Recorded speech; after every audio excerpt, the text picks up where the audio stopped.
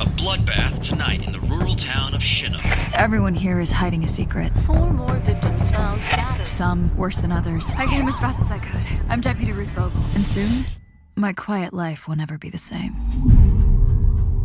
Realm presents a 30 Ninjas production, Chinook, starring Kelly Marie Tran and Sanaa Lathan.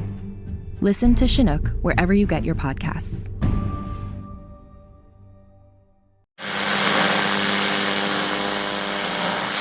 With your long-forgotten name, we call upon you. We call upon you.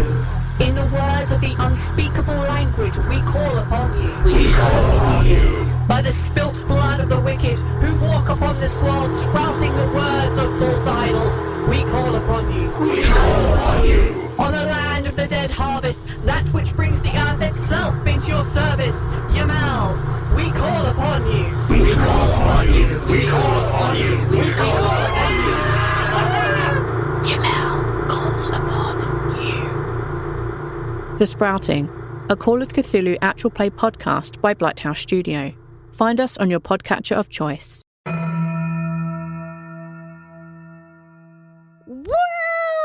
hello, everybody. Happy New Year! Happy New Year. Streamer sounds, etc. Streamer sounds?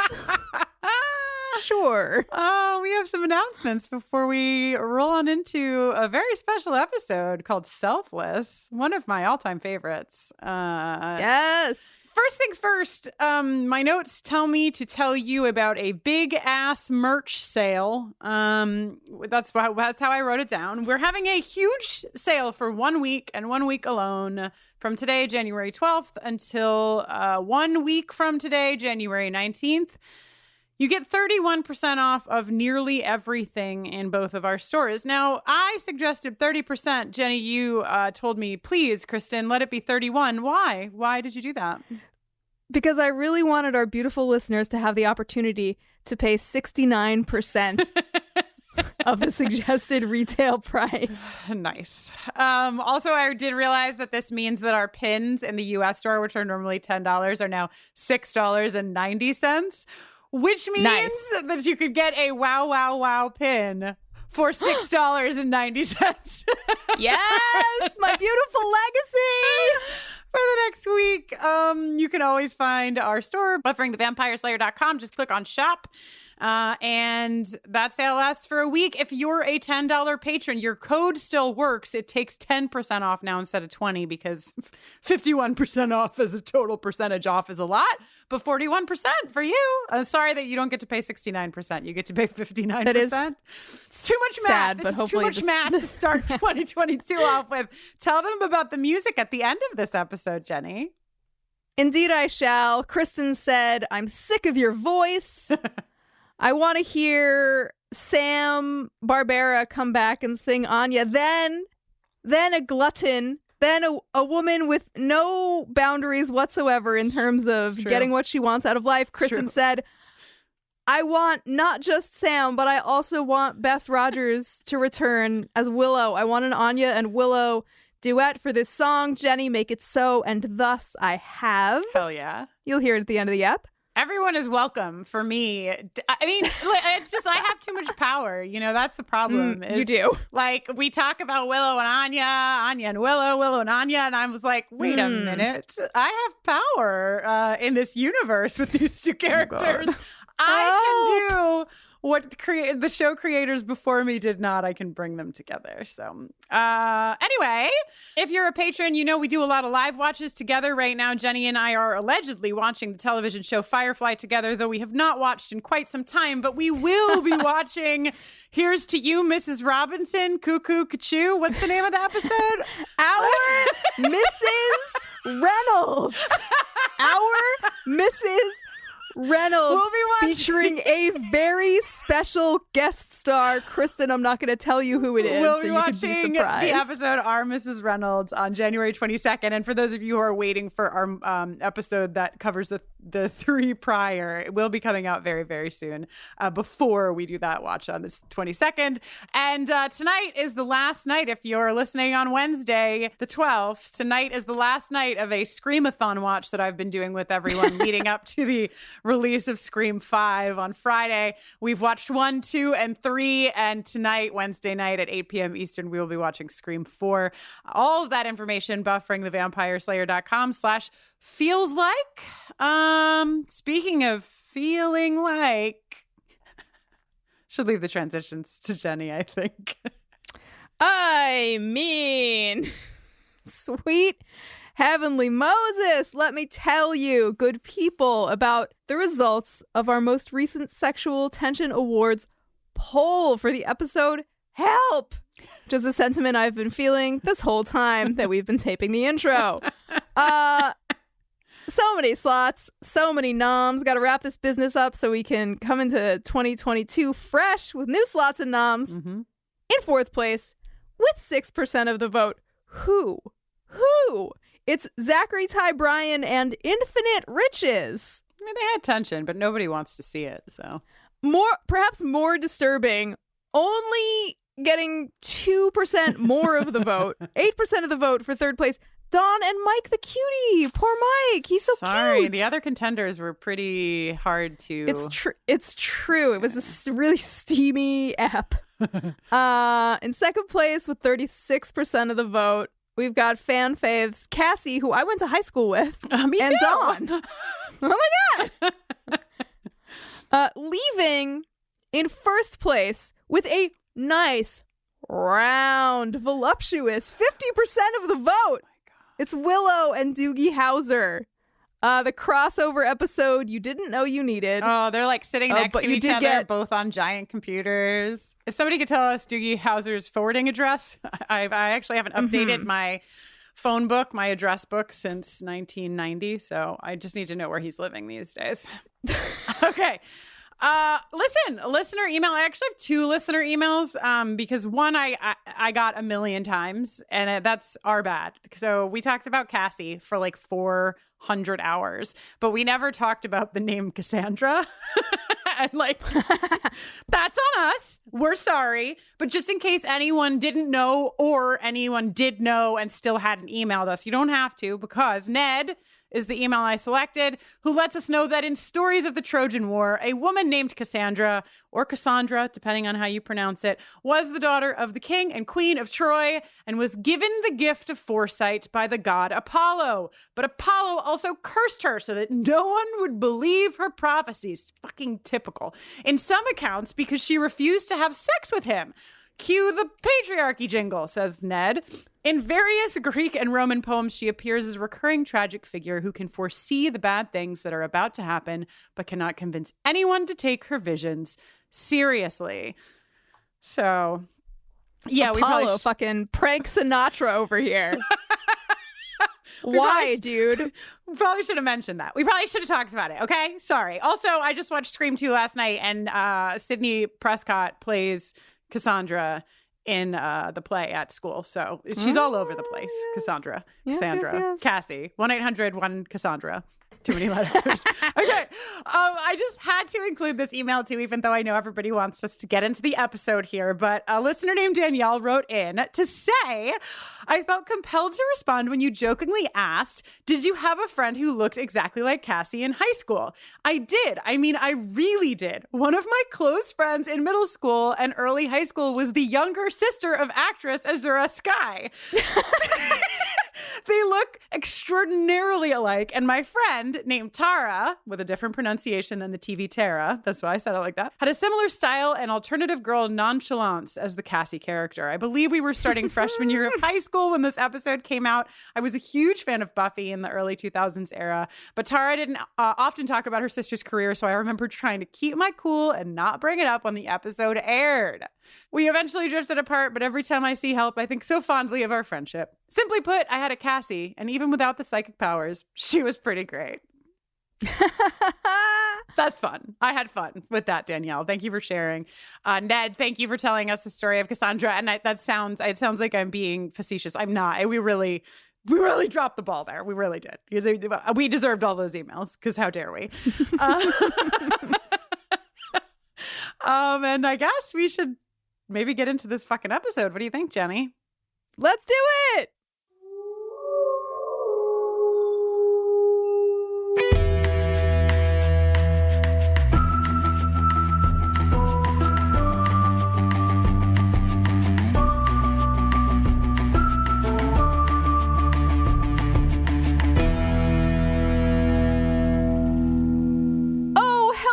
Hello and welcome to Buffering the Vampire Slayer, a podcast where we are watching and discussing every episode of Buffy the Vampire Slayer one by one, spoiler-free, in tandem with the incredible women whom I truly adore over on Angel on Top. I'm Jenny Owen Youngs. Welcome to 2022. I am Kristin Russo, and hey, this week we're talking about a fucking banger of an episode, Season 7, Episode 5, Selfless. All ye who love Anya, please gather round.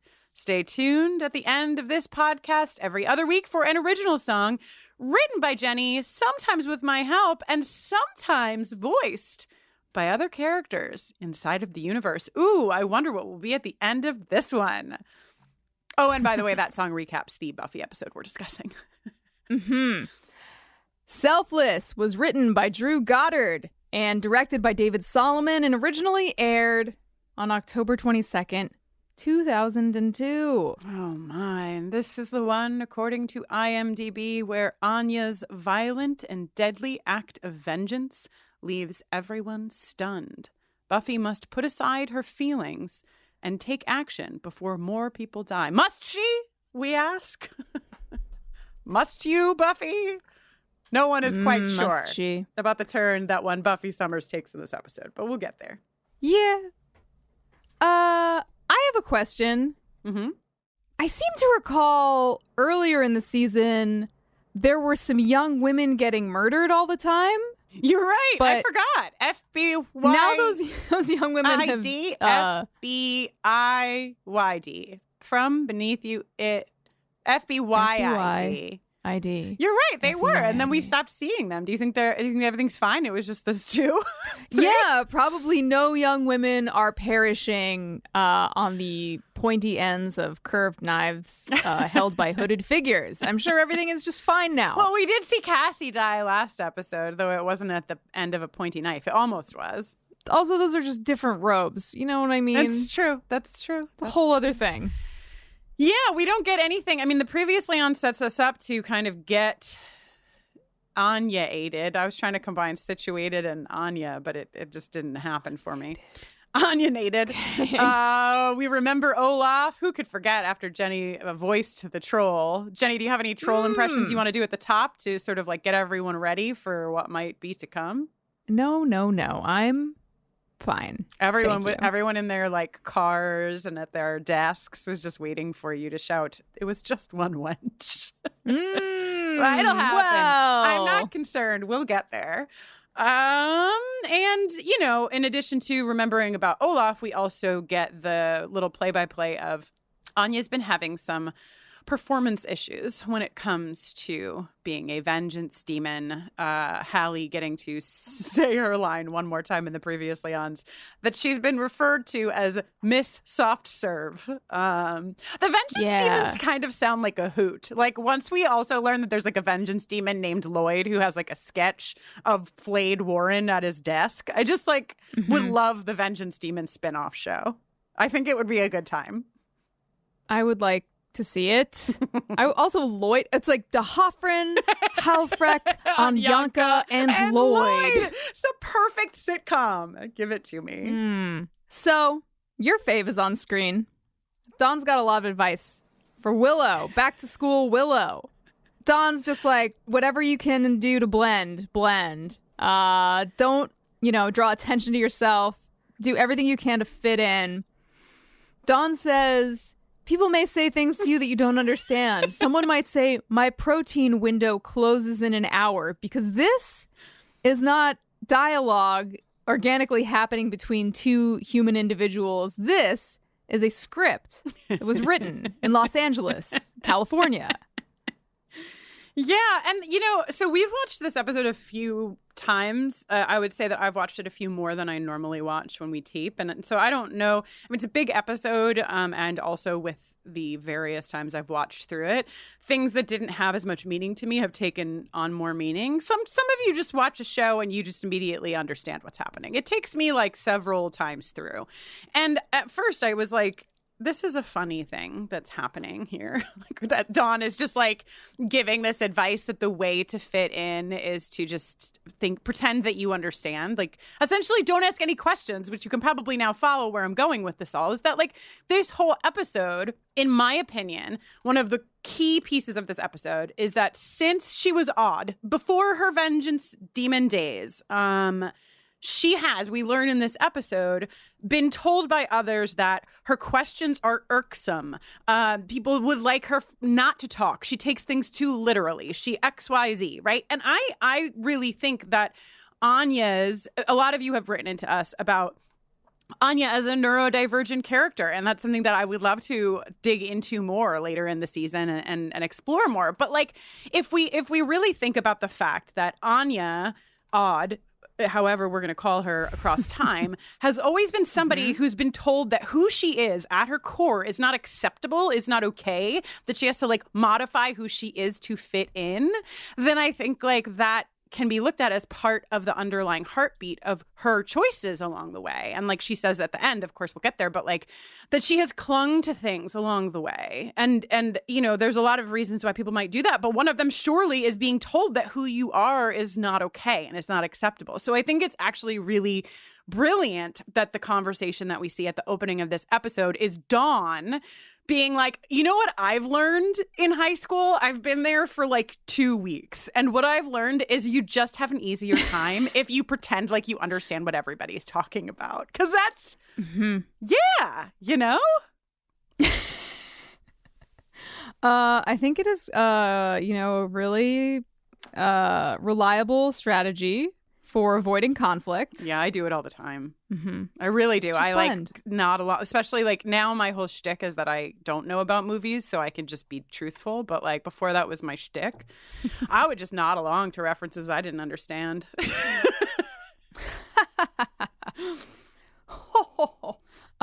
Yeah, that's, well, good on you. You and Dawn are two peas prepared for the same pod, ready to rock, right? Yeah. Xander's been thinking about calling Anya. He's worried about her because she seems so sad. Wow, I wonder fucking why. Fuck! Oh, yeah, I guess that's a fair read inside of this podcast, but I actually thought that this was really nice. Because she is really sad. She is really lost. And like, yes, it is partially because of Xander and everything that happened. But like, I think Xander is accurately reading that, like, he's like he fucked up. He did something bad. But I think he's accurately reading that perhaps the way that Anya is sad goes a little bit deeper than even that atrocity that he committed could have caused. So I actually have, I mean, I think you do too, but I have a lot of space for Xander in a lot of this episode. Sure, yeah. Yeah. But yeah, she seems so sad. Also, I would like to point out that we are decorating Willow's room, formerly Buffy's room. Everybody's beds are on different walls, you know, like fucking Buffy's in Joyce's room, the bed's on a different wall. Willow's in Buffy's old room, the bed is on a different wall. Xander and Buffy walk in with a lamp. It has a lot of tassels on it. A lot of just dangly tassels. And then there's like a vase of like large plume feathers in the corner. Yes. Typical of any 21-year-old bedroom. Well, but hold on, because now I have to bring you all the way to my hypothesis. I thought it was funny because who would decorate their room like this? And then later we're at Anya's and she has a fucking lamp with tassels on it, motherfuckers. So I'm just saying that perhaps Willow has spent enough time at Anya's house to be influenced. Oh, to have picked up on her decorating tendencies. Yes. I see what you're Or maybe like one night, on about. You know, after they, you know, Willow was like, I love that lamp. And Anya was like, oh my God, I have 2 of them. You can totally have this one. Just saying. 2 ladies, 2 lamps with tassels. I would like to put it in the evidence bin. Thank you. Oh my God. Okay. Consider that piece of evidence filed under L for lamp, and also cross-filed under T for tassels. God. Do you think the L word is lamp? It's been lamp all along. Hiding in plain sight. All right. Anyhow. So basically the end of this scene is Xander trying to say to Buffy, like, the things that you're saying about Anya and you're like worry about her as a vengeance demon aren't totally founded because that isn't her anymore, he says. And Buffy's like, I hope you're right. He is right. It isn't her anymore. It's not her, but it's also not totally her. We see many versions of Anya in this episode. Yeah. You want to know what I had called the frat house in my location notes? What? Murdercrombie. Murdercrombie. Yeah. Wow. Good. Thank you. This is good to me. Yeah. Meanwhile, at a frat house, surrounded by college boys who have been relieved of their hearts, Anya is wearing a white dress, covered in blood, saying, "What have I done?" And credits! Yeah, it's a really beautiful, I mean, you know, the black and white dress with the red blood. It's a very beautiful shot. It is. And back we go in time to Sojournst. Sojournst? Okay. To our beautiful Swedish listenership, I would implore you to email Kristin about the phonetic pronunciation of this. I would say Sjornjost. I feel like Sjorn. J's, You're right Swedish about the J's, Sjorn. Yeah, Sjorn. but maybe seems right. Sjornjost. Can you have two kinds of J's in the same word in Swedish? Probably. I say is this a knowing real nothing place? I don't think it is a real place because I looked it up and Buffy immediately popped up. It's so long ago that there are vertical lines on the... Yeah, the camcorders were old back then. So let me tell you something that I read. Yes. About according to Drew Goddard. Swedish, yes. Yeah.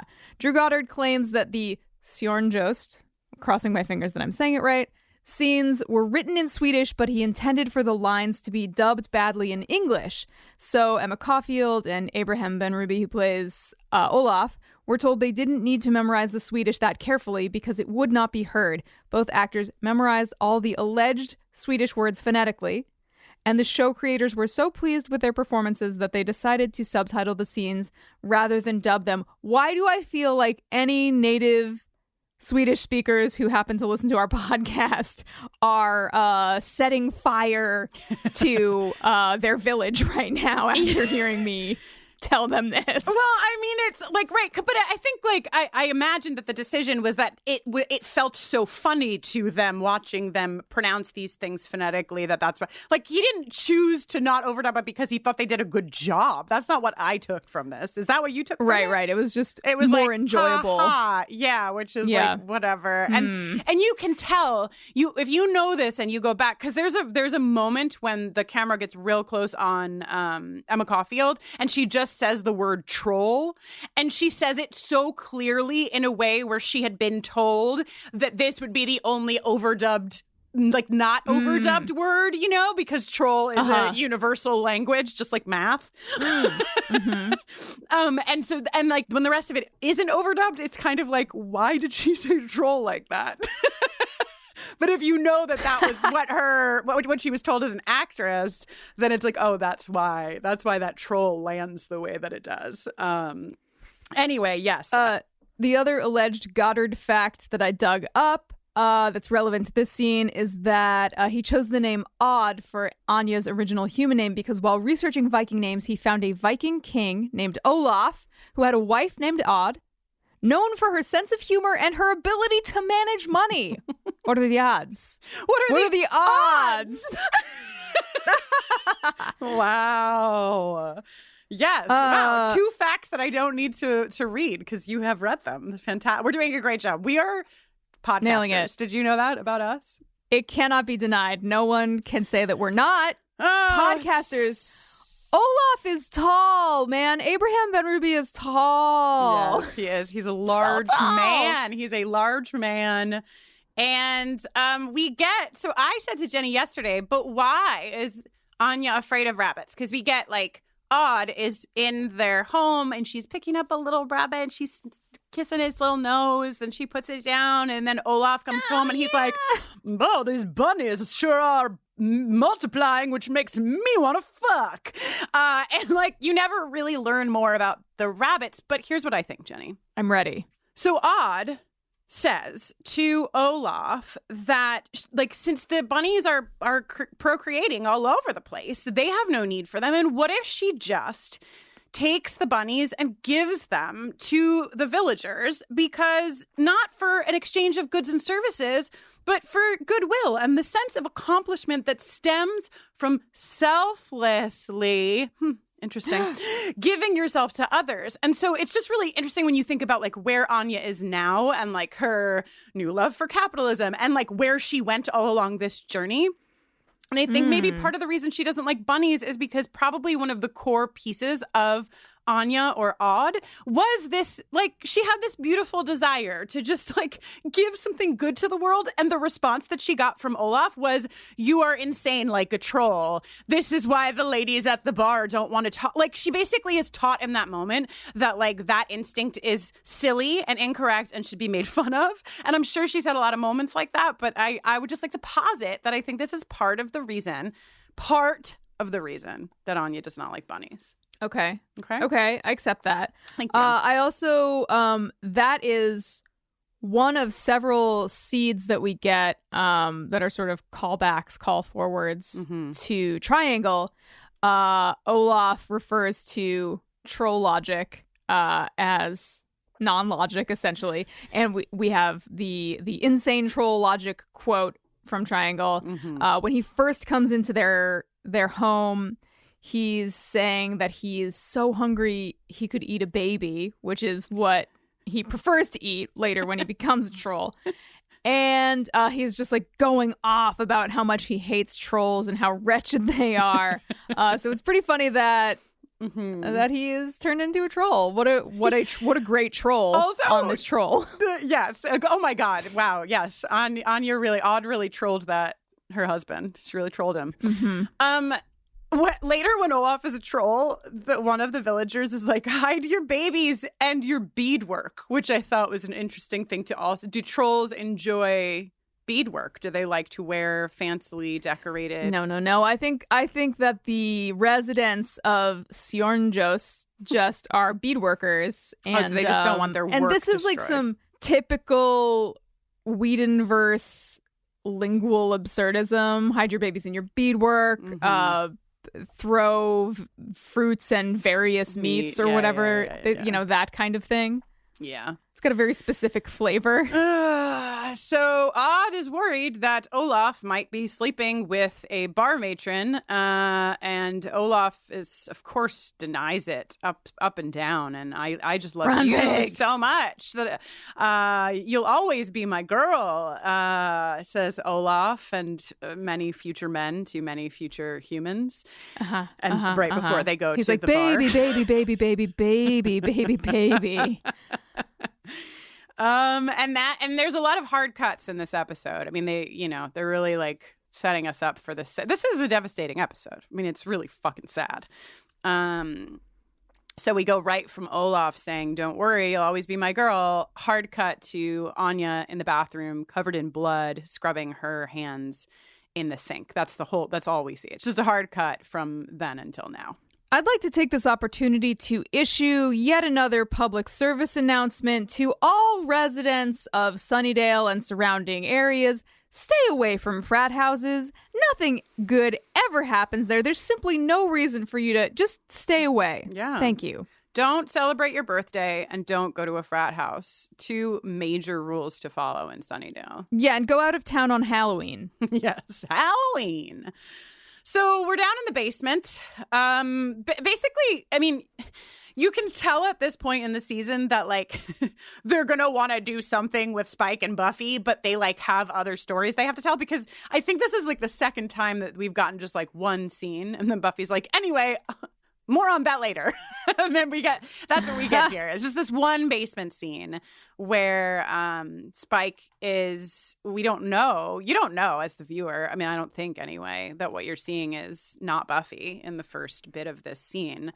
You're definitely not supposed to, but I think especially in contrast to the vibe of Buffy, real Buffy, when she shows up, they're definitely giving you information to let you know that it's not her, but they don't want you to know that it's not her. You know what I mean? Yeah. Well, it worked even on me having seen the damn thing before, because the first time I watched this, the only moment I was like, wait a minute, was when she like puts her hand on his head. I was like, hold on just a second. And then I was like, oh yeah. And then the reveal happened a moment later. So, I'm that guy. But Spike says to fake Buffy. You are that guy.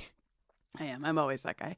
I've been seeing things. He has this really beautiful little aside about Drew, because we saw him see Drew. He sort of like went through his little big bad Rolodex of his brain, and one of them was Drew. And he says to fake Buffy, she'd see showers, like inside she'd see the sky. She'd see showers, she'd see stars, and now I see her. And it's really beautiful. And I think we all remember the moment that he's referencing when Drew was laying and looking at the ceiling and talking about naming the stars, but she named them all the same. And it's I don't know. I just think it's really sweet.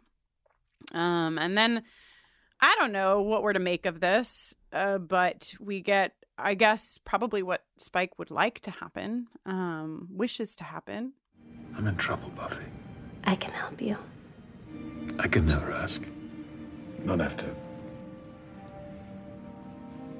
It's different. You're different. I could never ask. Spike, it's me.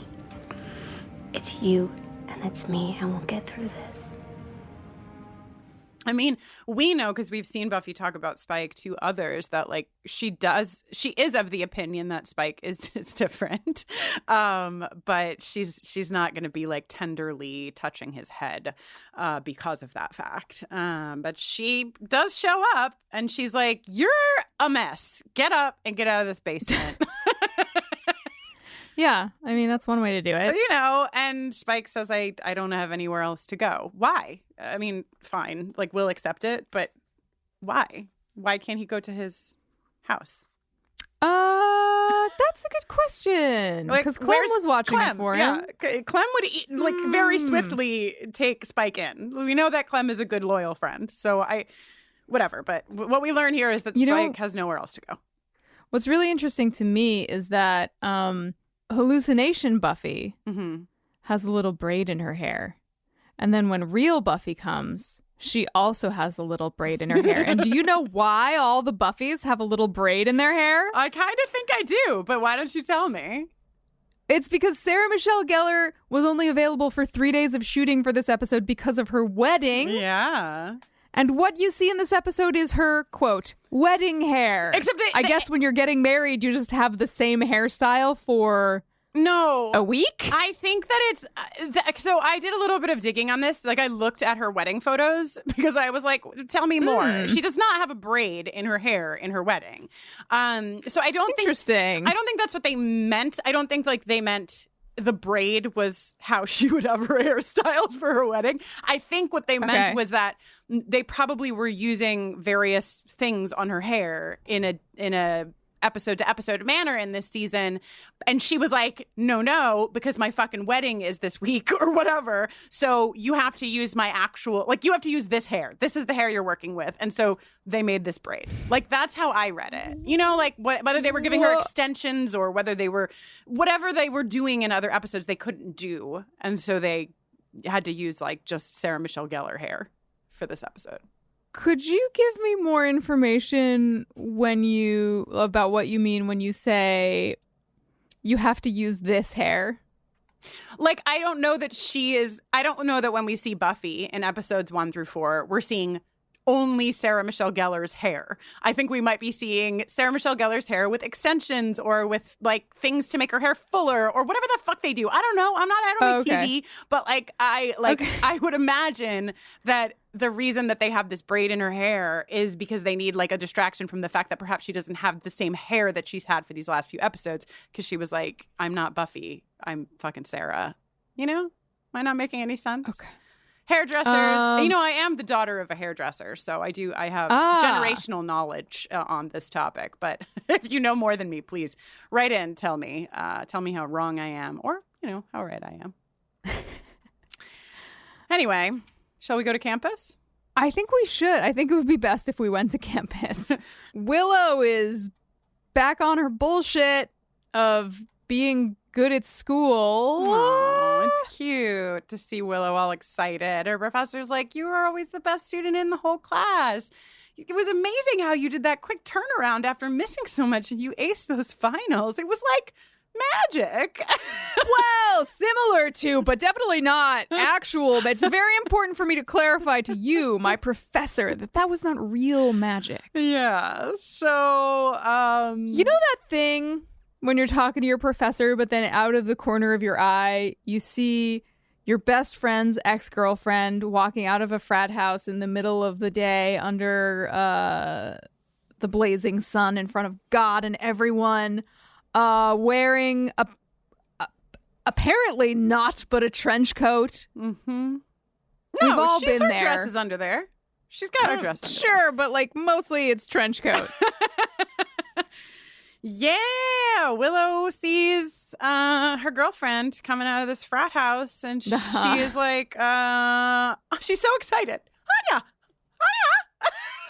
She starts telling Anya, like, all about school. Like, you won't even believe. They're going to give me pop quizzes. And Anya is like, please kill me. Like, someone literally kill me right now. I can't possibly deal with the situation. She makes up this very bad lie. I have a new boyfriend, and he lives there. We just had a lot of sex. Alice Hannigan definitely getting some points for her response. Okay. Sure, buddy. Yes, but then she clocks the telltale wrist blood on Anya's wrist. Oh, the wrist blood on Anya's wrist.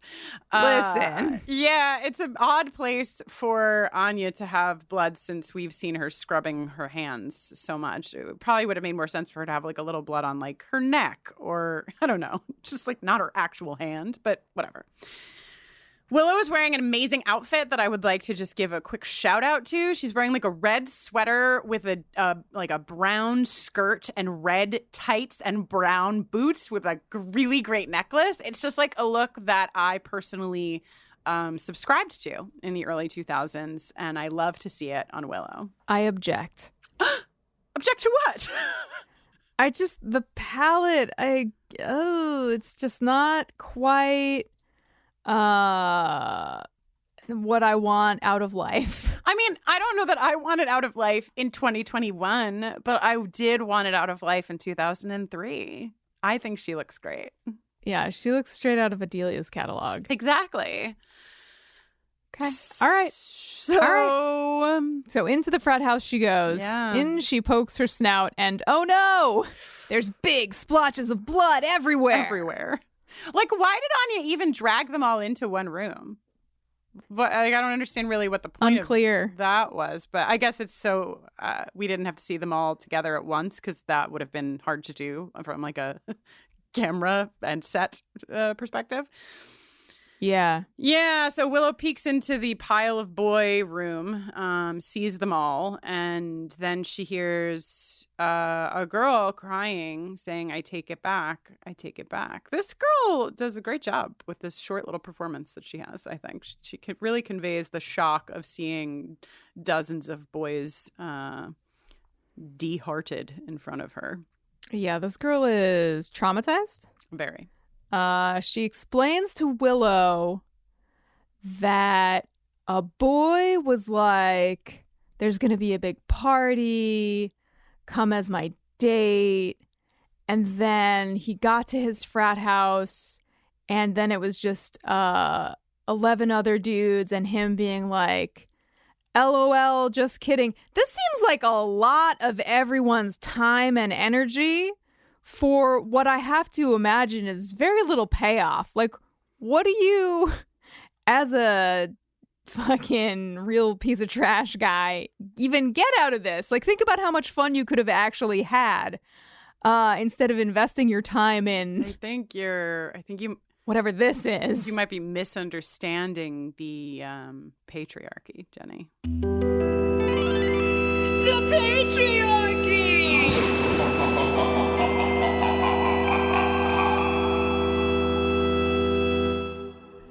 Yeah, I mean, it's just fucking shitty dudes being really fucking shitty. Like, it's funny to this guy. I personally would move that 11 of the guys could have gotten their hearts back, but that the actual perpetrator could have stayed fucking dead on the floor. You know what I mean? You think that's a punishable by death offense? Well, I mean, okay. Listen, remind me not to live in your world, just in case I make a terrible mistake, ever. Imagine though, like it's not even like they're middle school kids, which it still wouldn't be like at all okay. But like, you're a college-aged human being, and you date a girl, and then you invite her over just to make her cry in front of your friends, and then you laugh at her more. I'm sorry. It's going to take a lot for me to be convinced that this person deserves to keep their fucking beating heart inside of their chest. But okay. Anyway, so as Willow's continuing to have a conversation-ish with this girl, she's like, "Where did the de-hearting monster go?" And in what I think is a poor dialogue choice, the girl says, "What do you mean?" instead of something like, "It's still here," or "It's behind you." They weren't yet, the CGI department hadn't yet decided when the spider would enter the frame. This spider, oh my God, only rivaling the fucking great big snake, if you ask me. This spider is fucking batshit banana town. Yeah, some truly regrettable CGI in this episode that does not hold up, but this is filed in my mind as the Drew Goddard special, but maybe it's not. I just feel like I've seen this protruding sort of square mouth thing. I mean, that's just like before alien-esque, right? Like, it's like Cloverfield. It's like the J.J. Abrams Star Trek ice cave monster. It's Stranger Things. Right. Stop putting protruding square mouths in monsters. Challenge 2022. Yeah, it's bad. It's especially bad because, like, it just kind of like little suction cups in this scene. Like, its little second mouth just like suctions to the magic, and then it's like, and it flies out the window. But it's later when that inner mouth is literally drooling on Buffy that I lose my fucking shit. So Willow, thank you.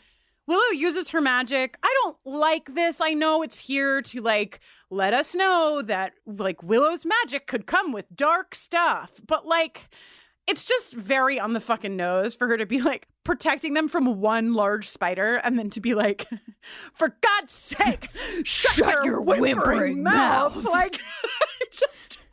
She's, like, about to jump in the WWE ring. And start throwing elbows. I just feel personally like Willow would be able to put up a protection shield without yelling at this traumatized girl in a closet. But, like, I know why it's there. I know why it's there. And, well, fine, I will take it. I will take it. I'll put it in the bin. Fine. Speaking of monsters, Olaf is a troll. Hide your babies and your beadwork. He's like, I'm Olaf. Guys, it's me, guys. No, and they're like, oh, the troll is doing an Olaf impression. How do you think a troll got the, like, hard data and field research to be able to do an Olaf impression, sir?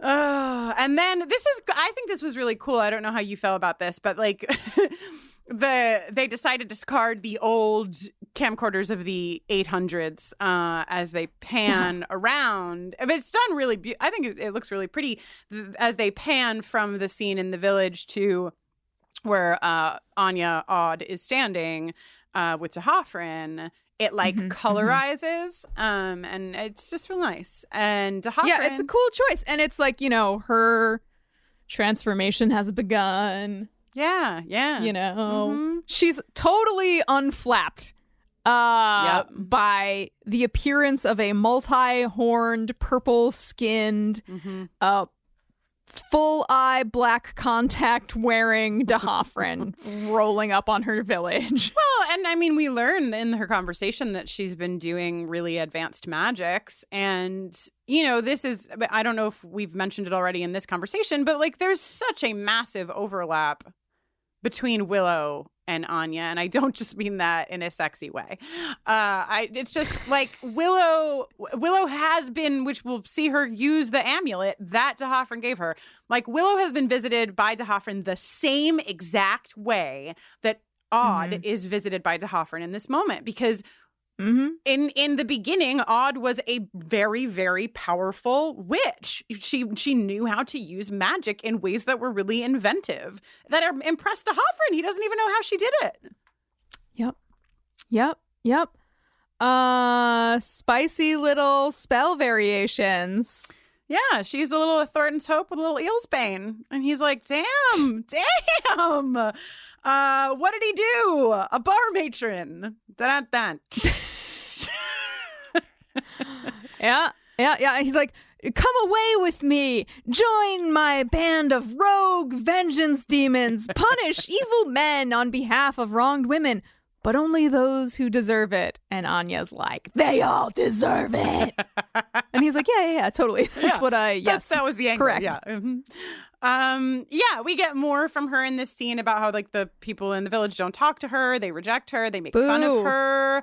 But what's complicated here is that she has yet another person telling her that she doesn't know her true self, right? It's like, because by the time we get to the end of this episode, Anya is in a place clearly where she is saying like, I've actually never asked myself. Dahafren says that as well. Like nobody's asked Anya, what does Anya want?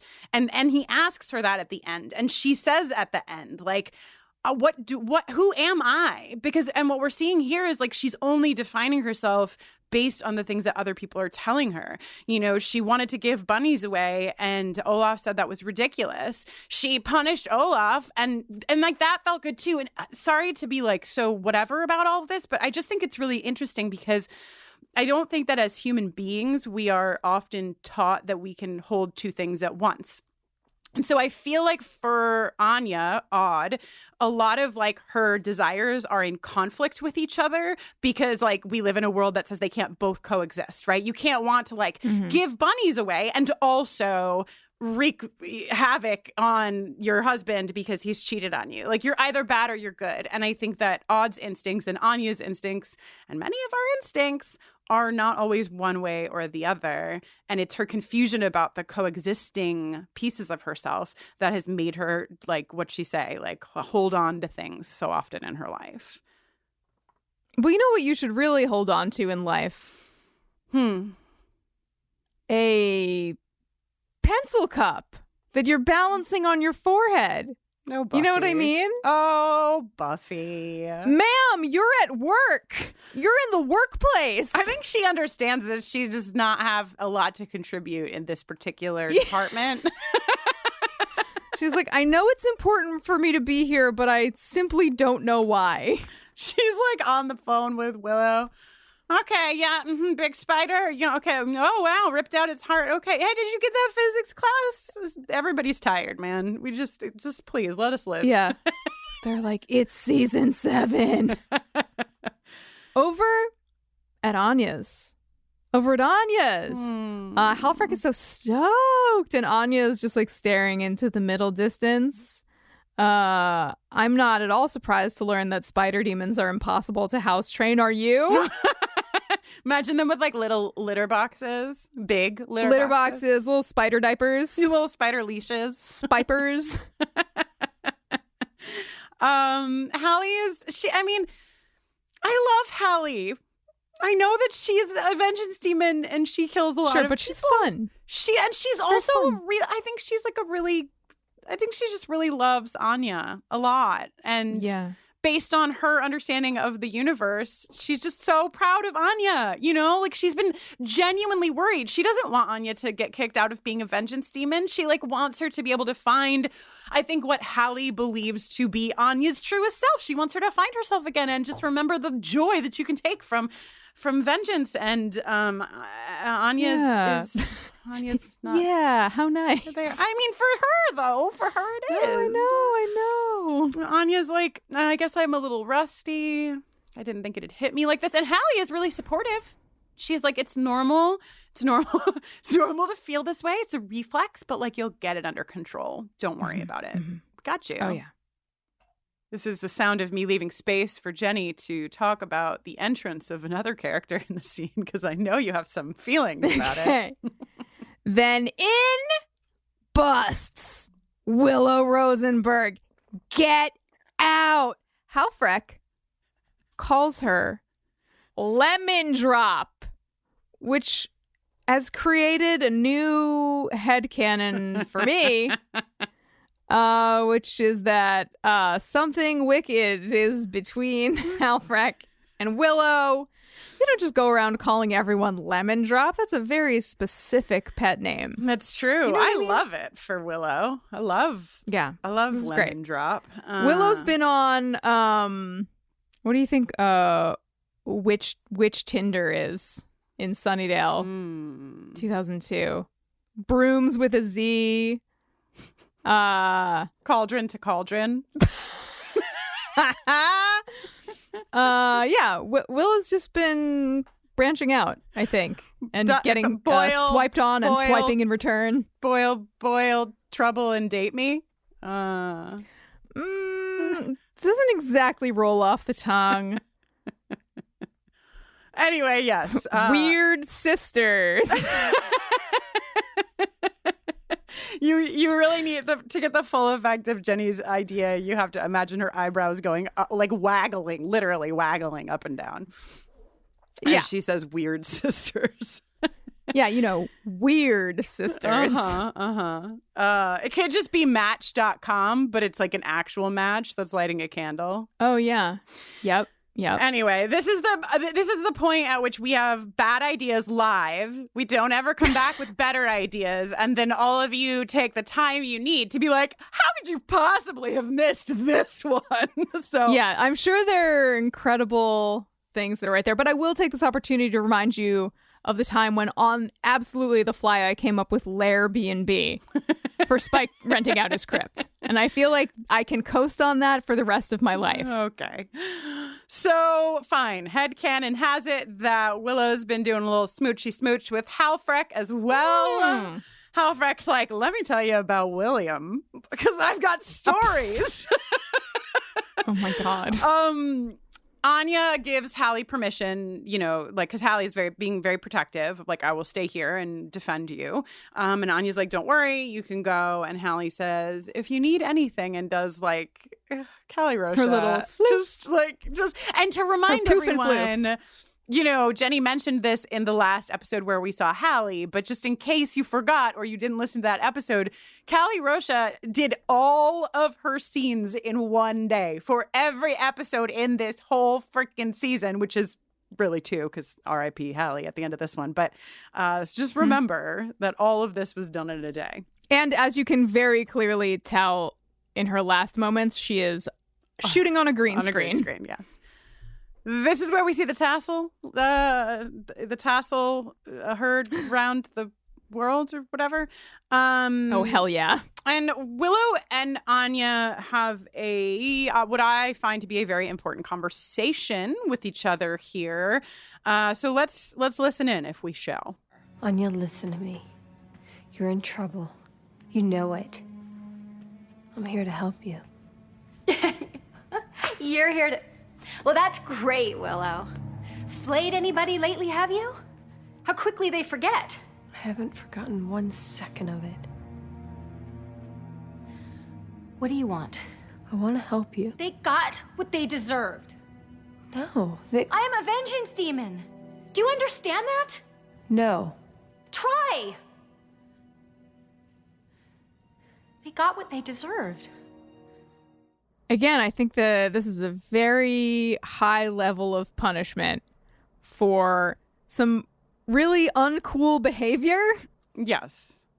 Well, and that's what Anya is grappling with. I mean, she's clearly in this moment trying to convince herself that this is what they deserved. And she's not convincing herself. She's not convincing Willow, who has, at this point, the biggest understanding of exactly what Anya is grappling with.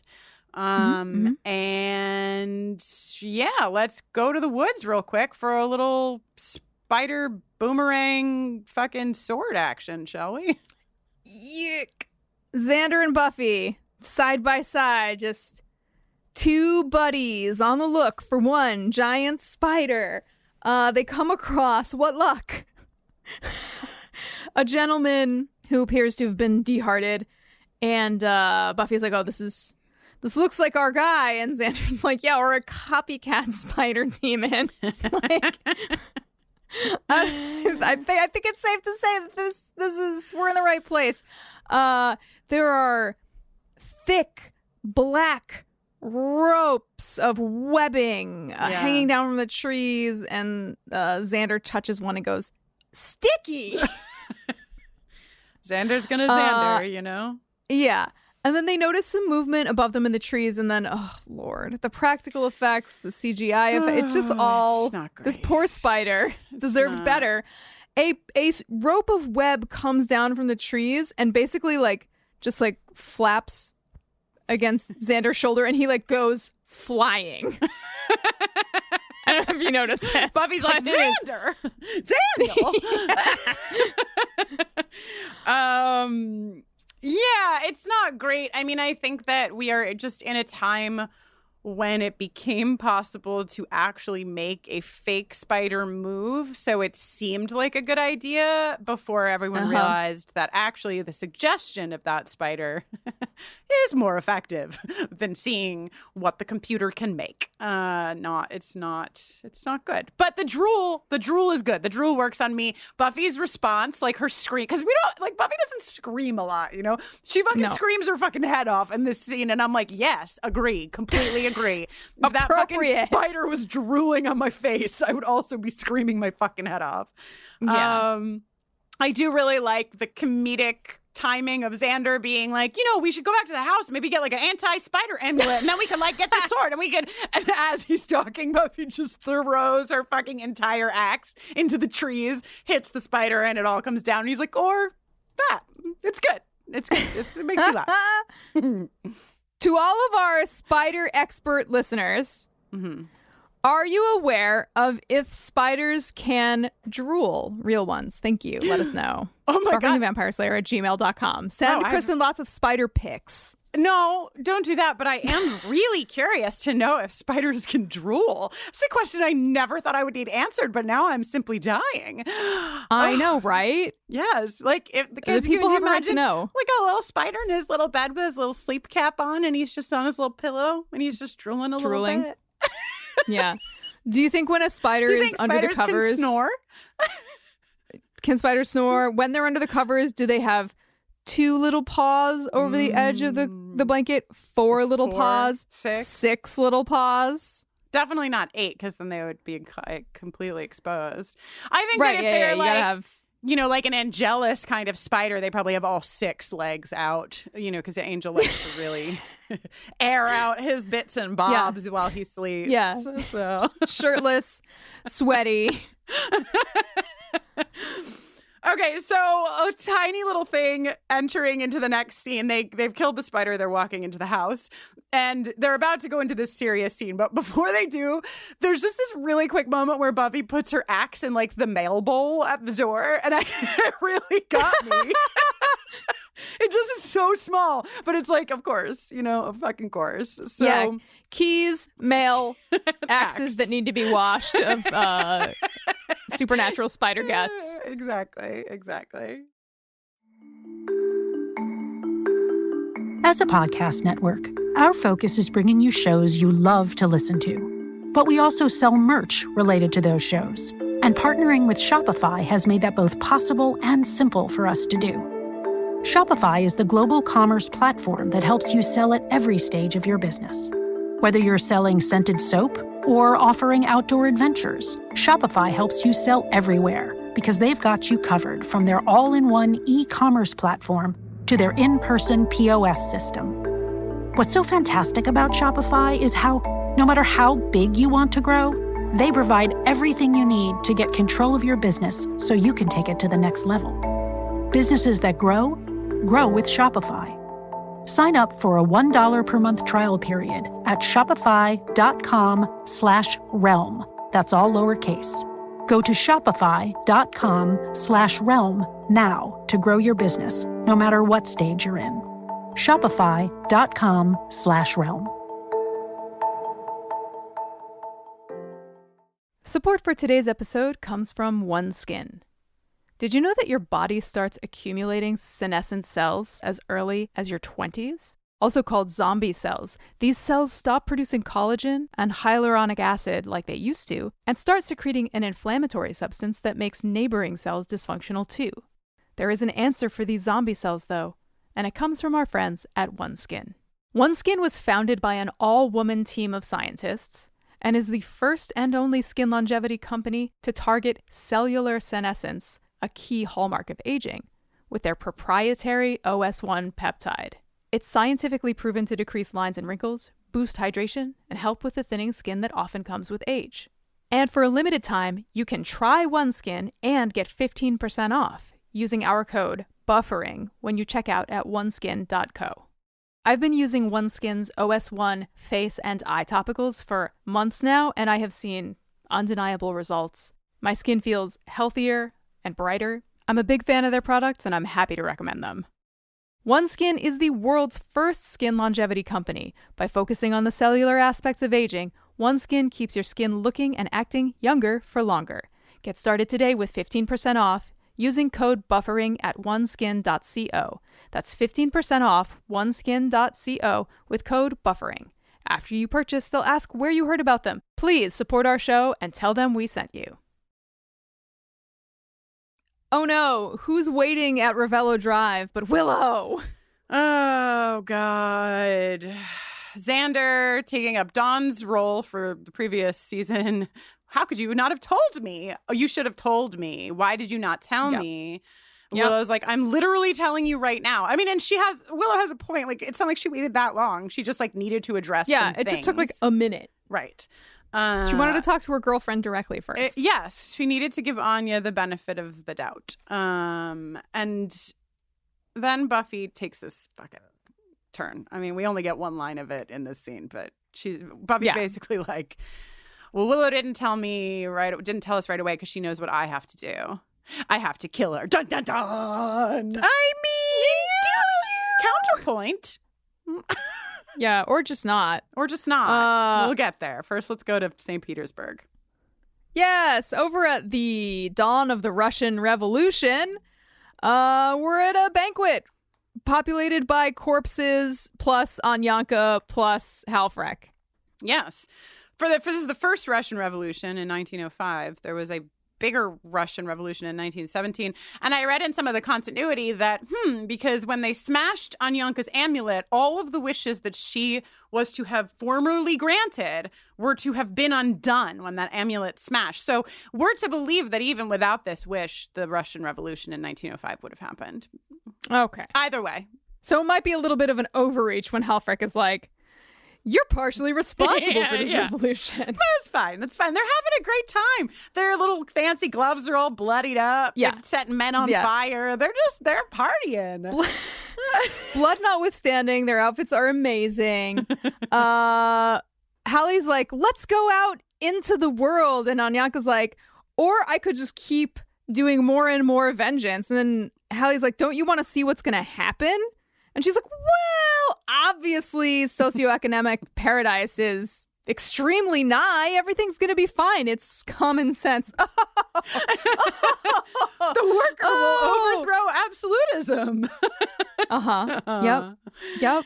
Yeah. I mean, and so these are a little, if Anya could watch Anya's character arc throughout all of the seasons of Buffy, including the flashbacks, she would really be able to pick on some of the consistencies of herself, because she's always had an interest in how finances work and how governments work, and she's got an interest. She likes these things, you know? Right. But the thing we're to take away from this scene for the purpose of like the larger arc of this episode is all about how once Anya became a vengeance demon, she got really into it to the point where she can say a sentence like, I am vengeance. Like, this is what I exist for. Vengeance is what I do, Halfrek. I don't need anything else. Vengeance is what I am. Whereas previously she existed for breeding rabbits and tending to Olaf's every need. Right. Interesting. Right. Something to keep in your kangaroo pocket. Yes. As we go. Yeah. Okay, so here we go deep into what are we doing Buffy Summers territory. We're now in the Summers living room, and Willow, Xander, and Anya are having a conversation about killing Anya. Buffy's stance is that this is what has to happen. Buffy's like, she's not the Anya that you knew, she's a demon. And it's like, especially like back to this Willow parallel, it's like Willow... And Xander brings that up, like, when our friends kill people, we have a precedent set here. Like, we don't just kill them back. We, like, try to talk to them and find out what they need, unless they're Faith, and then they go to Los Angeles and they turn themselves into the cops and they sit in a jail cell, but whatever. But, like, Willow is a human who was who has and then was overly imbued with so much magic that she was poised to destroy the world.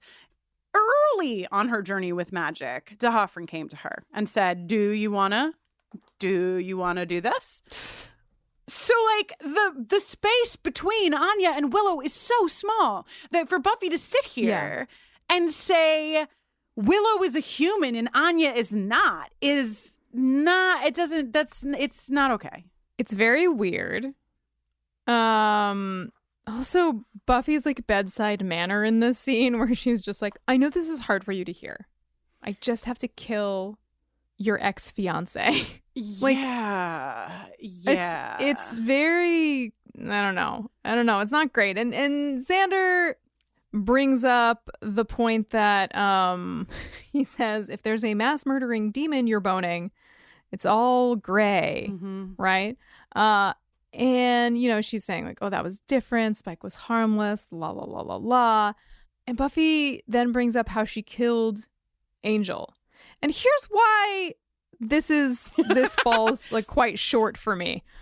Killing Angel was the only way to close a portal that was already opened that would swallow literally the entire world and cause everything to cease to be and pull it into a hell dimension of torment.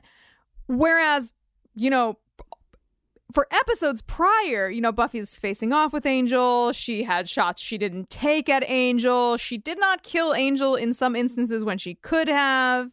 And, you know, it ended the way that it ended and whatever. And like, and you keep saying Angel, but he was Angelus, you know, like, sure. Yes. Right. Like, and that's who she also thought that she killed, which gets, I laughed, first of all, when you first said that she brought up Angel, because Willow's immediate response of, oh, that worked out okay. See? Look, yeah. He's got a whole detective agency up in LA. He's doing good. You know, everybody's fine now. But also we get this like really quick reveal that no one but the viewer notices, where Buffy is basically like, you pushed me, like you told me to do that. You told me that I should kill him. You encouraged that. So why would you be encouraging it now? I got Willow's message from Xander saying, kick his ass. Kick his ass. Willow's like, what? Willow piping up, I never said that. Nobody cares. Nobody's listening. But yeah, I mean, to your point, Jenny, all I have to say to your point is it is a very good point. Xander is making good points. Willow is making good points. Buffy is not at all making good points.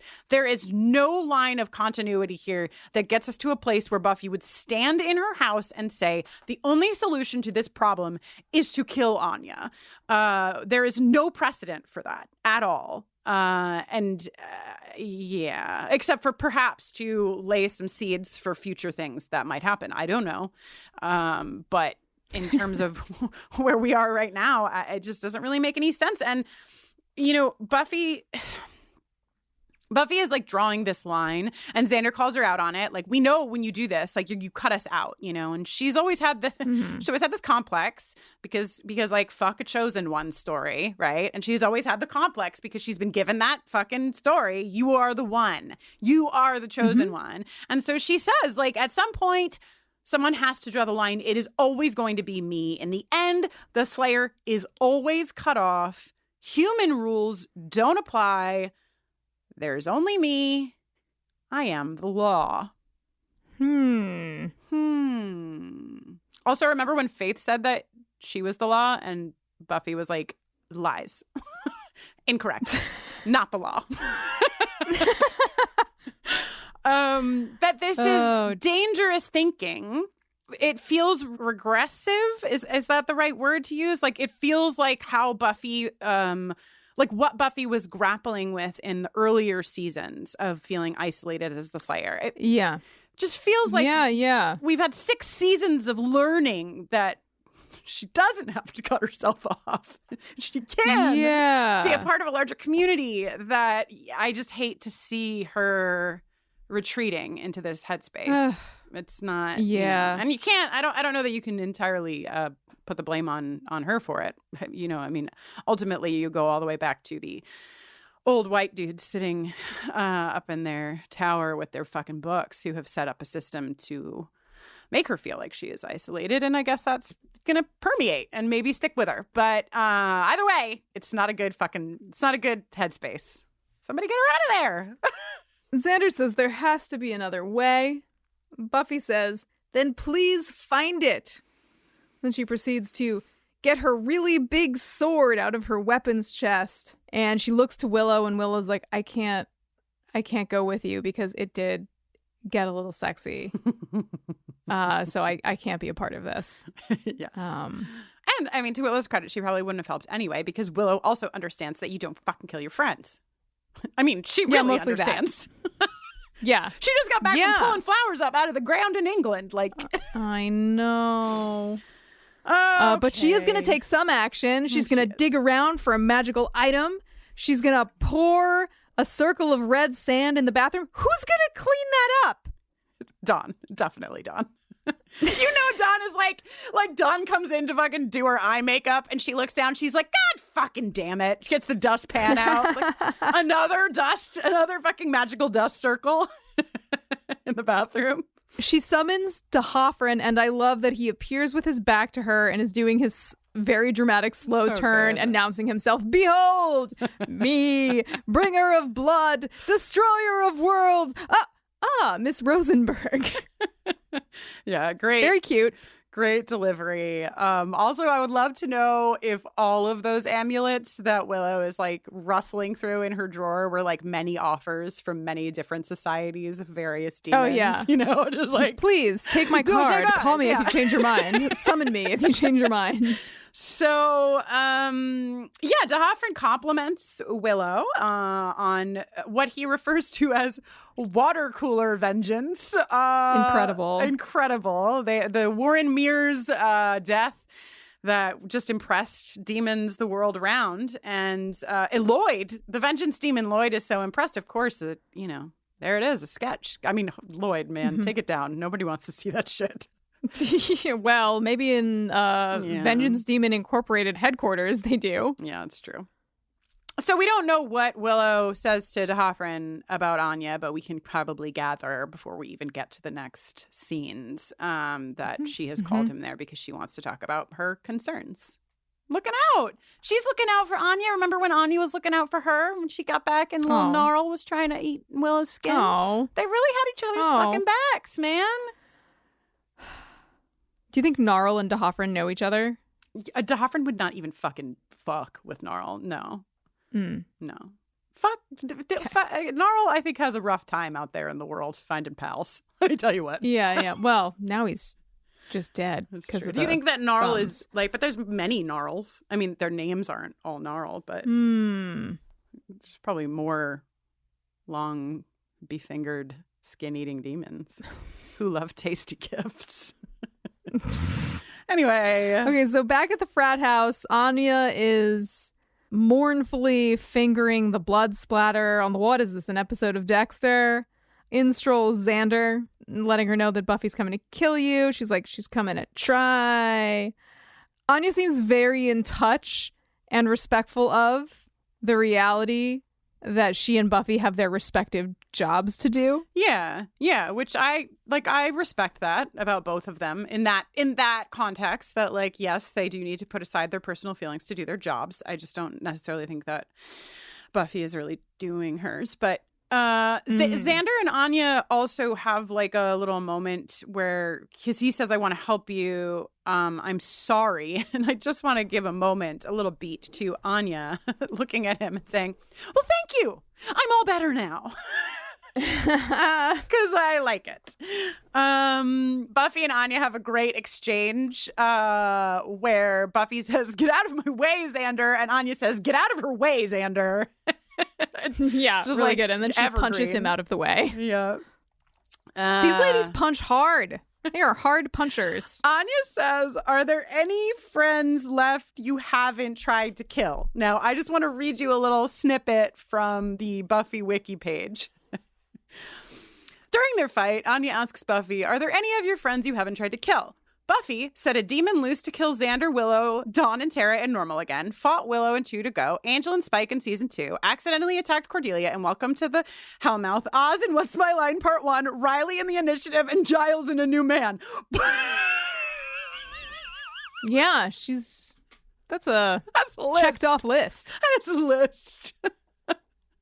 It just made me laugh because it was so comprehensive. Yeah. Anyway, they fight.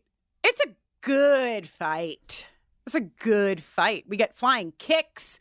Anya's fighting unarmed to Buffy's sword.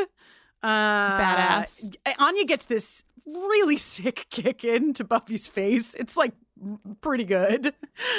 And, you know. Dude, did that list not include one mention of Faith? That list did not include Faith. I didn't write the fucking list. I didn't write the list. I just read the list. I'm going to write a strongly worded letter. You're right. I'm sorry. I apologize for not realizing that in my own delight over how many people she had tried to kill. Yes.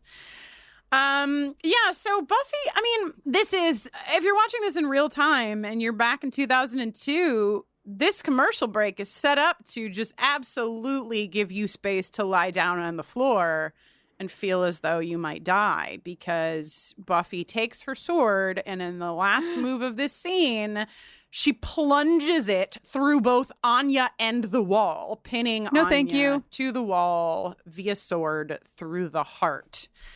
No. Coming back from commercial, this dirty little trick. Sunnydale, 2001. Why, that was last year, wasn't it?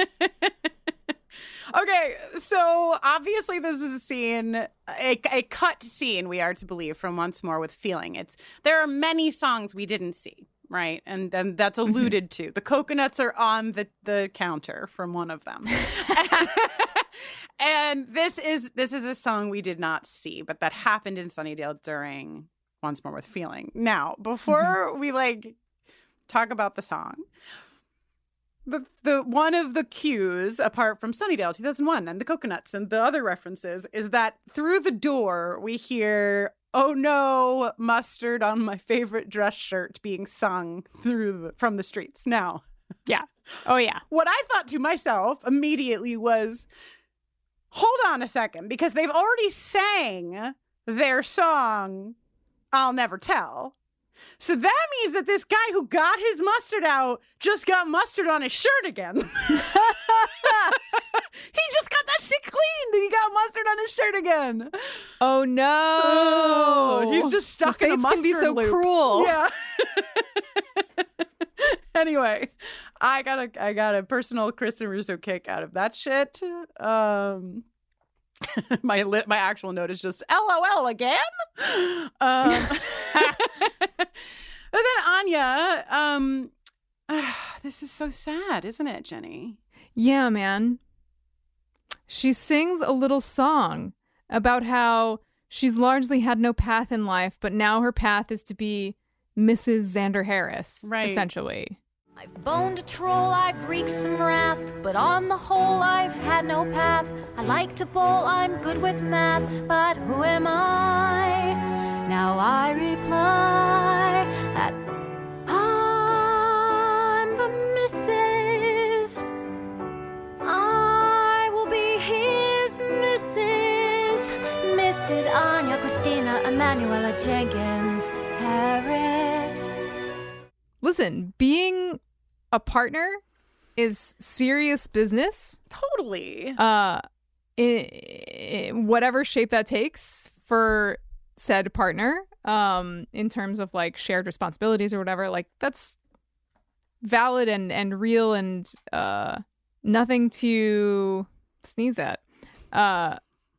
But fitting this puzzle piece into the larger theme of the episode about Anya feeling maybe like she doesn't have an identity, and she, like tofu, takes on the flavor of the identity of the things that she's closest to, feels a little eek. However, two important things happen in this song. Okay. The first is that we find out Anya likes to bowl. Oh, yeah. That's true. Which I love. Yeah, that fits. And the second thing is that when she goes into their bedroom to fluff pillows... Oh my God, I still didn't see it, even this time. There is something in the bedroom that I found so alarming that I sent Kristen a picture of it. Kristen, you're going to have to put that on social media so everyone can see. Okay. There's a vertical sort of 3-panel screen that's, you know, like 5 feet tall or whatever, and it's in front of a lamp. So light is shining through it. And it features the pattern of what I can only describe as like a mud flap girl, but standing up. Yeah, like kind putting of on a shoe or stepping into ooh, it's a dressing screen pantyhose. And she's getting dressed. Yeah. It's so fucking weird. And I mean, I guess in this same apartment, they have like lava lamps and model trucks and stuff. So clearly, it's kind of they're kitschy. They're a little kitschy in their decor. So like maybe it could get a little pass. If Anya picked it out, it gets a pass. I just can't imagine her picking it out. Look at her apartment now. Look at her apartment before. That's true. Look at her nightgown. But, you know what I mean? That's such a good fucking point, though. Look at all of her apartments up until her apartment now. They've all been so forged around who she is in that moment and who she's with in that moment, you know? Interesting. That's because that goes along with the self-proclaimed tofu theory of it all, which is that she sort of takes on, rather than like adding herself to the equation, she takes on the environment where she is. She says, so one of the lyrics in the song that like really guts me, and I'm sure all of you, because we know, it's like we know when we're watching this song, which we didn't know when they were singing their song in Once More with Feeling, that Xander will leave her at the altar. And so she says, like, who am I? I'm his missus. And then she says, maybe if you're lucky, being a pair can make you twice as tall. Oh, no. It's just really sad. This is so interesting that hit you so hard, because I heard that line and I was like, okay, the person who wrote the song checked out just for that line specifically. I just thought so we are at so opposite ends of the experience spectrum. Well, we are divorced, so that makes sense. But like it just is so sad, like picturing Anya in this headspace of like maybe by combining myself with this person will be twice what we could have been. This like hopeful after everything she's been through, after everything she's lost, after everything she's fucking done, that she's still like, maybe this time, maybe this way, maybe. And you know that, of course, that is not going to be the case at all. So that's why it hurt me. It hurts my heart. So as she sings, I will be, there's another hard cut, isn't there? Back to an impaled and apparently dead Anya. But she has one. Then she's like, yeah, she has one tear. Because I guess we are to believe, right, that the scene we just saw is just her. Like, she remembered it. She was remembering it. And she cried one tear pinned to the wall with a sword through her heart. It's so sad. Anyway. Don't worry, she's fine. She pulls the sword out and screams. Yeah, and she says, you know better than that, Buffy, which I choose to cling to. You know what I mean? Like, yeah, we hope. I hope that Buffy did in fact know that that was not going to kill Anya. But, Buffy does, this is where we get the flying kick. Stop trying to save me, Xander, because Xander, like, pushes Buffy out of the way. I don't even know what he does, but he does something. He tackles her. He does a little side tackle. And then and Anya, to be clear, Anya is taking swings. She has the sword now that would surely have killed Buffy. Like she is not holding back. She is also doing her job in this moment, trying to kill Buffy. And then D'Hoffryn is here. And he has this line, which I already referenced because I called the frat house. What did I call it? Fratbercrombie? No, Murdercrombie.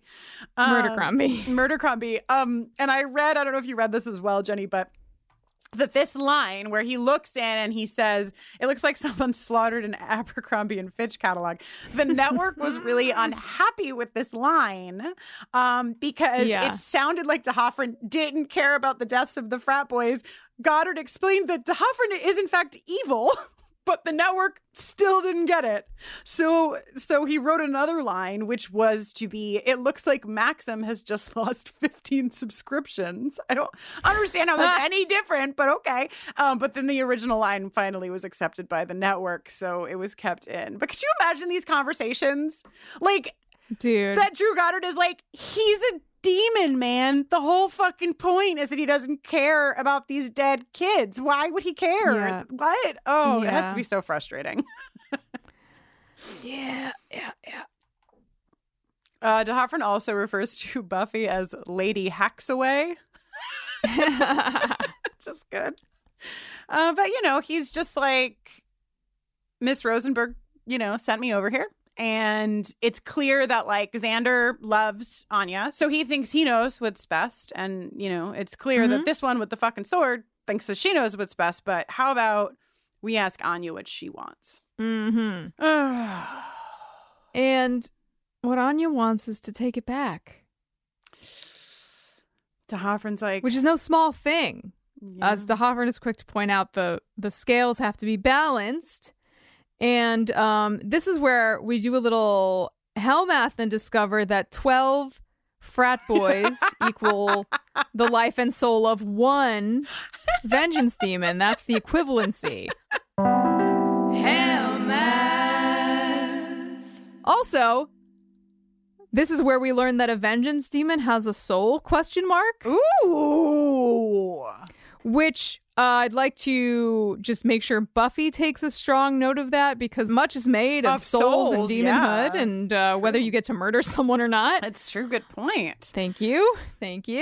Yeah. So after she gets this equivalency and she knows she thinks she knows what is at stake, which is her own life, she says to Xander and then to D'Hoffryn these things. Xander, you can't help me. Not even sure there's a me to help. I understand the price. Do it. You're sure? This is your wish. This is my wish. Undo what I did. Oh, no. I really liked D'Hoffryn. Like, I was really rooting for him, in general. I thought he was a pretty okay dude. This is his only offense as far as I'm concerned. Yeah, it's rough. I guess because we've never seen D'Hoffryn exact revenge. Like, we've only seen him like as somebody who like takes care of them and makes sure they're okay. And yeah, also we've never seen him be petty. Right. And like it's like this is like he's not only hurting himself, but he is destroying one of his own vengeance demons to hurt one of his other vengeance demons. Sir, please get yourself to demon therapy. Right, but what he says to Anya is basically we were all told, becoming vengeance demons, you don't go for the kill when you can go for the pain. And so it's like his loss is less than her pain. So therefore it makes sense to him. And sick, sir. It's really just so sad. And we needed it like as a vehicle, of course, because we needed to, really Buffy needed to see that Anya was at this place where she would be willing to sacrifice herself for the greater good. So that, she wouldn't fucking kill her. But it's really sad. And Hallie, poor fucking Hallie, man, just doing her job, just like doing everything right. And it didn't, and job just boom, burned, gone. Ugh, she's lived so long. What a shame. Yeah, it looked painful too. It didn't look good. No, it didn't. Anya says, "You should have killed me." And Dahafran says, "Oh, FBYID." You have but to wait for your imminent death. He's like, if I'm making a trip to Sunnydale, I at least get to see From Beneath You. It devours one time. That's one the time. So out Dahafran goes. Anya, there's something so specific about Anya's little sneakers. Like she just looks so disarmed and vulnerable, I think. And like part of that goes to the costuming department for putting her in these like little flat sneakers, and she very sadly walks out of the door. And Buffy says to Xander, "Go ahead, like go after her. I'm gonna deal with these boys." Like, please show me the missing scene. What does she say? Oh, good morning. Yeah, the blood is just what about the girl? Are they gonna wipe the girl's memory somehow? Like, like if they ever reboot a Buffy thing, like let it just be tying up all of the loose ends. That would be such a delightful project. Just like take all the loose ends and figure out how they all tie up. So we go outside and we have this scene between Anya and Xander. Yeah, Xander's like, regardless of what's between you and me, like, you shouldn't have to be alone right now. And Anya is like, au contraire, yes, I should. And then she starts talking about this realization she's having that, like, her whole life, she's just clung to whatever came along. Mm-hmm. And Xander's like, it was cool when you were clinging to me. And she's like, thank you. He goes to leave the first time, and she's like, Xander, what if I really am nobody? Oh, buddy. And then somehow Xander gets like a win by saying, don't be a dope. And she's like, I'm a dope? He's like, sometimes. And she's like, well, that's a start. And, I love the idea. Like, I do love the concept of Anya figuring out that she hasn't allowed herself to be present fully in any of the different various places in her life, probably since before she was with Olaf. Like, we don't know what happened before then. But if there was a time when she was actually allowing herself to be her full self, it would have only been before Olaf. And so I do love, of course, that Anya has gotten to a place where she's realizing that, and she wants to be able to get to a place where she can be fully herself. But, and it's certainly not with Xander. So she's correct there. But I always take a little bit of a pause to storylines that suggest that the only way you can find out who you are is in solitude, you know, like, because if Xander wasn't Xander, if she had a partnership that was one that allowed her to be her fullest self, that would also be a pathway. And I think a lot of times, like, television shows and movies and, you know, things of that nature, media overall tries to say, like, well, if you don't know who you are yet, you really shouldn't be, you know, you can't love somebody else till you love yourself. And I just don't like that message. I don't actually subscribe to it. Ascribe to it? What's the difference between ascribe and subscribe? Subscribing is when you're like, I'll have one of those, please. And ascribing is when you're saying, I agree with one of those. That quote, I ascribe that quote to Plato. Oh, right? So I would like to subscribe then? I would like to have... all fell apart. Yeah. He ascribed Jane's short temper to her upset stomach. Oh, interesting. Okay, well then, so I don't subscribe to this idea, and I need to really spend some time considering how and when to use the word ascribe, which I never knew the meaning of until right now. Yeah, so, you know, I don't know. What a beautiful episode. Do you like this episode, Jenny? I really do. You know? I mean, as you know, I love Anya very much. Mm-hmm. And I love to see her origin story. I think Emma Caulfield gets to do a lot, gets to really stretch her legs in this ep. Yeah. What a genius. What an absolute genius Emma Caulfield is. Yeah, she's so great. I don't know if I feel like, I don't know. It does feel like the idea that Anya doesn't have a sense of identity feels a little bit out of nowhere. Mm-hmm. You know?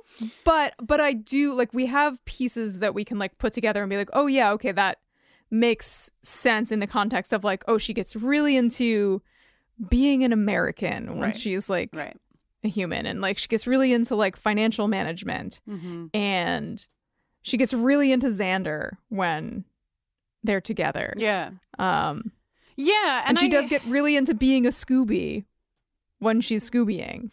Yeah, and I think that she just hasn't had the ability to be able to examine that. Because I don't think that it's necessarily... Right. Like, I mean, you know, we'll see what we get to explore as the season goes on. But I don't think that, like, Anya figuring out who she is will be a rejection of the way that she fixates on things. I think it will be a deeper understanding of the way that she fixates on things and sort of an integration of, like, the fact that she can exist within all of those things, you know, as opposed to perhaps the way, because I'm not sure that this is, like, I think that this is the fault of the worlds in which Anya has lived, you know, that, like, the reason that she feels like she doesn't know, and I guess I started here, but, like, the reason that she feels like she doesn't know who she is because the worlds where she exists have told her that someone like her either shouldn't exist, doesn't exist, or, like, is at the very least really annoying and should be quiet about their existence. Right? And it's so interesting because when Anya's character was first introduced to us, we were led to believe that the way that Anya interacted with the world around her was specifically because of the fact that she was a demon and now she was a human again. But that is entirely undone by this episode because she has always been who she's been, no matter where that has landed across time. And so, yeah, I mean, and I guess it overlaps with what you're saying. Like, it kind of comes out of nowhere that Anya doesn't know who she is, because I think you and I are both people who would read this experience as, like, Anya actually kind of does know who she is. She just hasn't figured out how to integrate it with a world around her that doesn't understand it. Yeah. Yeah. Jenny just gave me that look like, okay, so that was, like, good, serious talk. And now we have to get to sexual tension. Are you ready to do that with me? I am. Yes! Sexual attention award. Oh, hello and welcome once again to the freshest installation of the Sexual Tension Awards. So as they pertain to Season 7, Episode 5, Selfless, the episode you just listened to us discuss for like an hour and a half. All right, slots for your noms for your slots. Here we go. In the first slot, it did get a little sexy, didn't it? So much so that I would prefer to not watch my best friend murder you. It's Willow and Anya. Yeah, baby. Two overlapping traumatic experiences with a little smooching in between.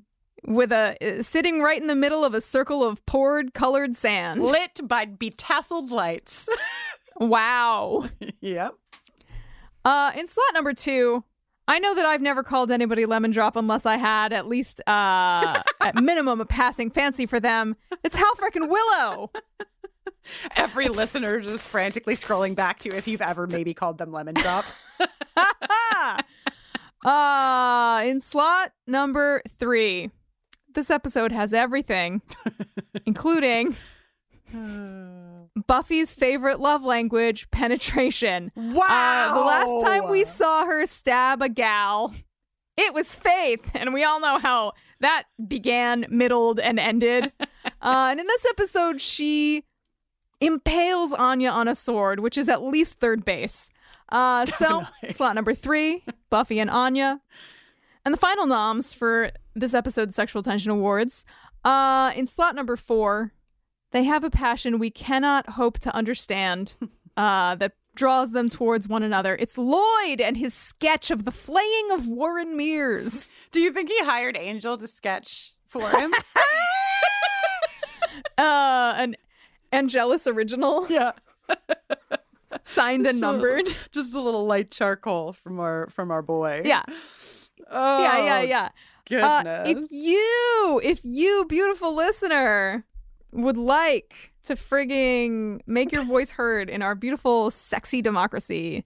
Okay, I'll workshop a portmanteau. Sexmocracy? Sexmocracy! I don't have to workshop it. Kristin did the work for me. I did it. I have something to coast Make on. your voice heard in our beautiful Sexmocracy by casting your vote on the Sexual Tension Award poll for this episode, which you can find on our Twitter at BufferingCast. It will be up 1 week from the airing of this episode. Sexual Tension Award. Well, we've come to the point in the episode where we must tell you who we are. I am Jenny Owen Youngs, wizard of the 12th realm of Ephesius, master of light and shadow, and when I'm not watching Buffy... What the fuck? I'm usually writing and recording songs. You can find my music by searching my name on your favorite digital music platform. It's Jenny Owen Youngs, just in case you missed it. You can give me a shout on Twitter at Jenny Owen Youngs. You can join me for live streams on my Twitch channel on a weekly basis. My latest release, Echo Mountain, is freshly out on very hot vinyl. And you can also listen to me sing some other songs in my little gay girl band, LAX's. I'm Kristin Russo, and I just Googled what was the tagline of He-Man so that I would have something to say. And it is, I have the power. So you do. You truly do. And, if you want to learn about things that I do when I'm not talking about Buffy the Vampire Slayer or popping my little head into the Nemesis bin over at Angel on Top, you can go to my website, KristinNoline.com, and learn about work that I do with LGBTQ communities. I do talks at workplaces, at high schools, but you can learn all about that. Kristin Noline, KristinNoeline. Use that spelling to find me on Twitter and on Instagram. And, that's about all I have to say about me. What about us? Buffering the Vampire Slayer is on Twitter, Facebook, and Instagram at BufferingCast. You can drop us an email at bufferingthevampireslayer@gmail.com. You can support our work on Patreon. We would love it if you joined us over there, bufferingthevampireslayer.com. Just click on Patreon to do that. You can scoop up merch if you like that kind of thing. You can rate and review us. You can just think really warm thoughts about us. Oh, yeah. think warm thoughts. This episode was produced by Kristin Russo, Jenny Owen Youngs, and Alba Daza, with support from our consultant, Mackenzie MacDade, and edited by John Mark Nelson. And till next time. Woo!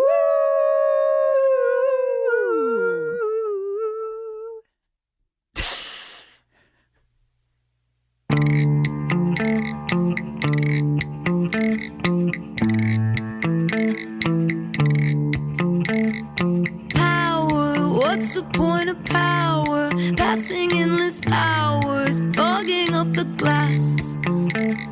Choose it, dare to even use it, then you risk to lose it. Better not to chance. Show me, how do you know me? You can't see what I see. Shattered and empty, a bad and broken thing.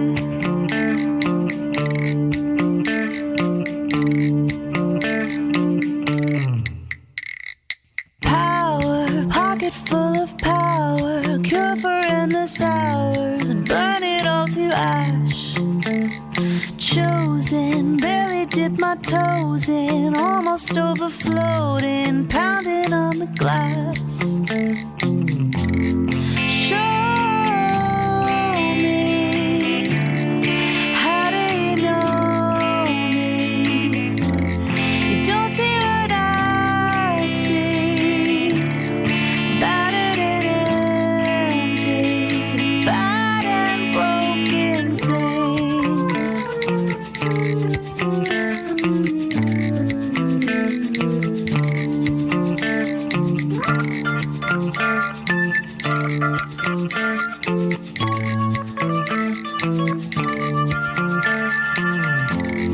Show me, how do you know me? Can't see what I see. Shattered and empty, a bad and broken